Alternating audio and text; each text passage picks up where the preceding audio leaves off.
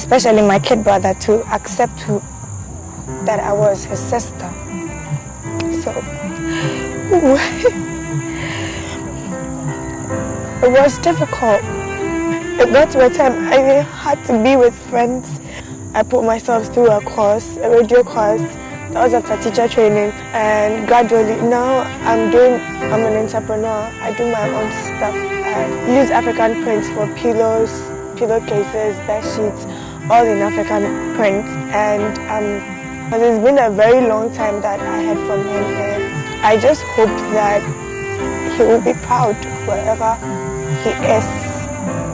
And I am grateful for where God has brought me, and what I can say to other people out there is that they shouldn't let situations overpower them, for them to do negative stuff, because I believe in life there is more to be achieved, and there is always the right payment for hard work. So I am grateful I've come this far. As a girl, when I was growing up, I grew up with my grandmom due to broken home because my mom and dad were not together. So I lived my whole life with my grandmom. At the age of 18, I still don't know my mom. So I asked my dad about her, and he was like, when you are ready to see her, I'll take you to her. So I gained admission to the university, and then I was like, I'm going to school and I still don't know my mom. So what if I go? What am I going to tell my friends when they ask me about my mom? So, because I never had the motherly love. So one day I just told myself, today I have to see my mom. So I went straight to my dad and I told him, today I really want to see my mom, because the following day I'll be going to school. That's UDS. So we went to see my mom. She's a twin, so we went to see her twin sister, and then she took me to my mom.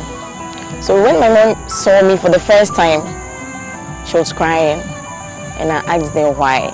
She was just mute, silent, nothing. So I just got to know my mom for, let's say, two months till I left to school. I was just there, just in the library. Then my auntie called me to tell me that I lost my mom. I felt so bad because that was the time I got to meet her, and I didn't even spend that much time with her and all that. So my happiest day in my life was when I was picked at the GMB Ghana's Most Beautiful to come and represent my region. Because when you get that kind of platform, anything at all you say, people hear you out faster, and it's easy to communicate to people who are ready to listen to you. And my whole life I'd wanted to be a model, so I think that's my happiest moment in my life, because something good, something great has come to me, and I think it is my happiest moment ever.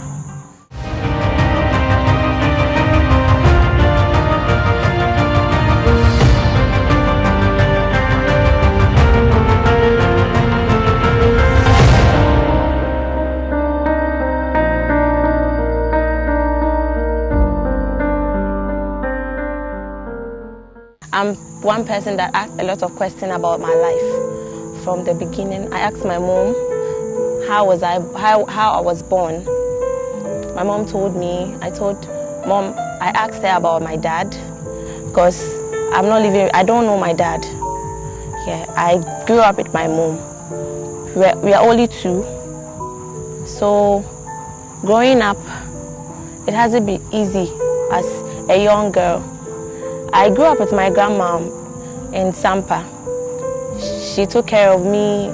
She liked me so much that whatever I do, she doesn't want to see it. So someone outside called my mom and told my mom that it will be better for you to take your daughter from your mother. Then you give her the best of training. Then my mom said, okay. A friend of my mom came and then told my mom that she wants me to come and stay with her. My mom said no. Then I insisted because I know the man and his wife. They sometimes buy gifts for me. I mean, as a young girl, I was so happy that I loved those things. So I said yes to my mom. My mom wasn't so happy giving me out because she knows how stubborn I was. So my mom gave me out and I went to stay in Accra. The man I was staying with at the age of 14 wanted to, and I didn't agree. So since then, he would just call me and beat me anyhow. In all that, I was strong. I realized that even though I had pain in me, I said to myself that it's nothing because I have friends. My friends were there for me. There was a saying I that I like so much. It goes like, Tikro Nkwejina. It means that 2 hairs are better than 1. So anytime you have a problem, you have to tell someone, because there's a saying again that sharing is caring. If you tell someone that, oh, this is my problem, the person might have a solution to your problem, but if you keep it to yourself, no one will help you. So 2 hairs are better than 1. In any decision you want to make, just consult someone you can confide in, someone that will help you, not just anybody. I think I was barely 8 years old when I lost both parents to a fire accident. My dad died a week after the fire and my mom a week after as well. So they died 1 week interval. And my mom had a 3-month-old baby. So we were taken in by my mom's immediate sister and her husband.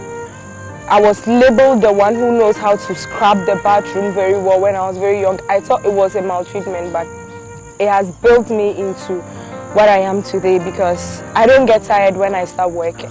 I can remember when I was in secondary school, my colleagues had their family sometimes coming to visit, and throughout the time I was in the school, I had less visits and no one to talk to.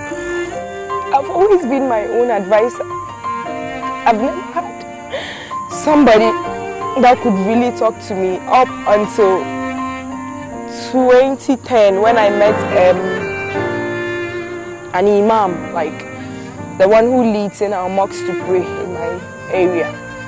Sometimes when I have problems, I just go to him and I talk to him. And he tells me that in the Quran, when you lose both parents, you should already know that no matter what happens, you would never suffer until you die. Definitely, God will take care of you and He will take you away from that suffering.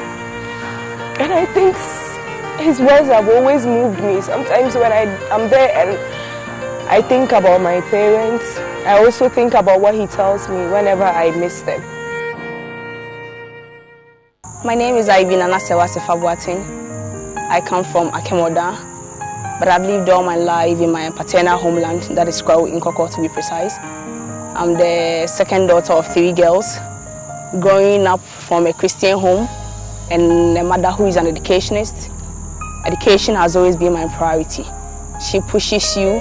There are times you write an English test, your teacher gives you 35%, then you come back home, the mommy goes over it, then says you don't deserve 35%. And she do the corrections and you get 16. There are times a French class, the teachers wouldn't give any grades there. My mom knows which areas you are good at, where you are not good at. So she go back to the teacher, the classworks are not marked. So where did you get those marks to? Right there. So she was always monitoring. When you are reading, she stays with you. She wakes up at dawn, sits by you, so you read. So my GSS life, my mom has been a very major pillar. Even my science question, I remember my teachers hadn't taught me. It was my mom who taught me my science practical question. I know whenever the tides rise up against you, when everything seems challenging, I remember that the airplane does not move in accordance with the wind. It moves against it. So if I'm able to move against my challenges, that is when I soar higher.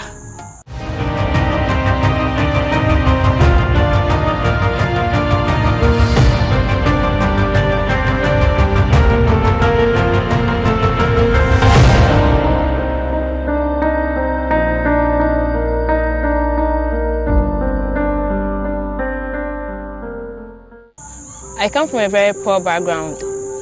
I grew up in a boarding school not because we had money or anything, but because of the problems in my family. So I have to live all my life in a boarding school. And I didn't even live a life with both parents because of family issues, like I said. It's grace that has brought me this far. And I believe everybody has a destiny. I love people and people love me, not because of who I am or not because I'm beautiful, but because of what they see in me, the value they see in me. So I believe everybody has his or her own time, and at the right time, if you feel it is your time and you feel you can do something, you just have to stand up, go out there and do what you think you can do. It's grace that has brought me this far. With my upbringing, I was brought up by my grandparents and my aunties. I didn't grow up with my mom or my dad. They all had their own ways. They gave birth to me and they left me at the age of 2. But I grew up with my dad at a point. He took care of me, he took care of my needs and my school fees. But not growing up with my mom and my dad together is something that really, with my situation, I would say the rejected stone has now become the cornerstone. Thank you. My family has been my support, even though they don't really fully support you. But growing up, I would say hasn't been that easy. It was fun when I started from my childhood. I had so many aspirations. I wanted to be this, I wanted to be that, but you know, life is like a roller coaster. It has its own ups and downs. I remember back in university, I was suspended for something I know and believe I didn't do, but what can you do? You had to come home, face reality.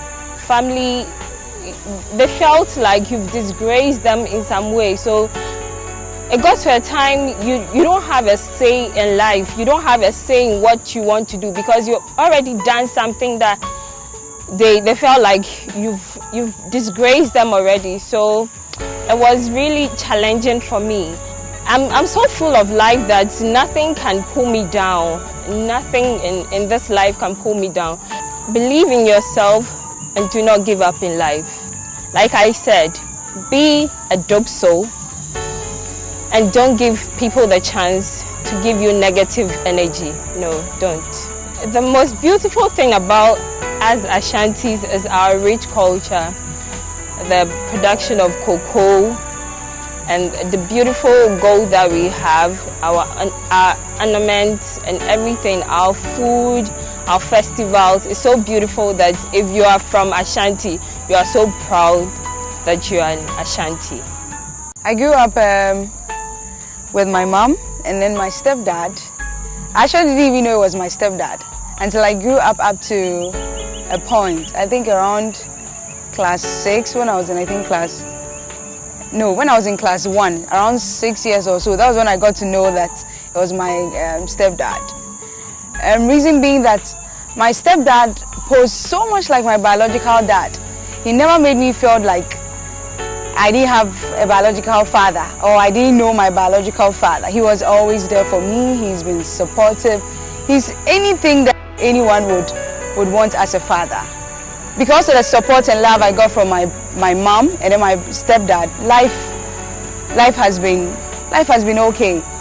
So I had always been with my stepdad and my mom. Until date, some people don't even know it's my stepdad, surprisingly, except for maybe the change in surnames and no. So I decided to take life really serious and try and make something good out of it, so that in future when I get to a certain point, my parents, my mom and stepdad will just raise up their head and say, that is my daughter.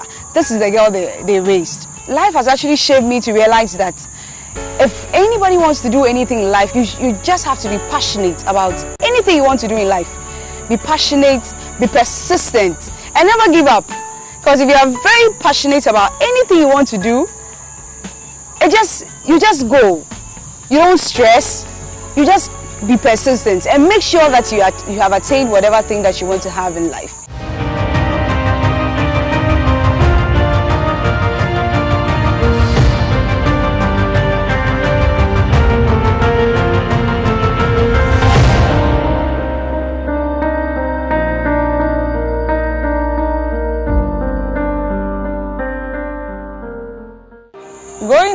I had my father supporting me in everything I do. He pushed me, my mom too. He never made any decision for me. He encouraged me to be who I am today. The only thing he always tells me is, do what you want to do, anyhow you want to do it.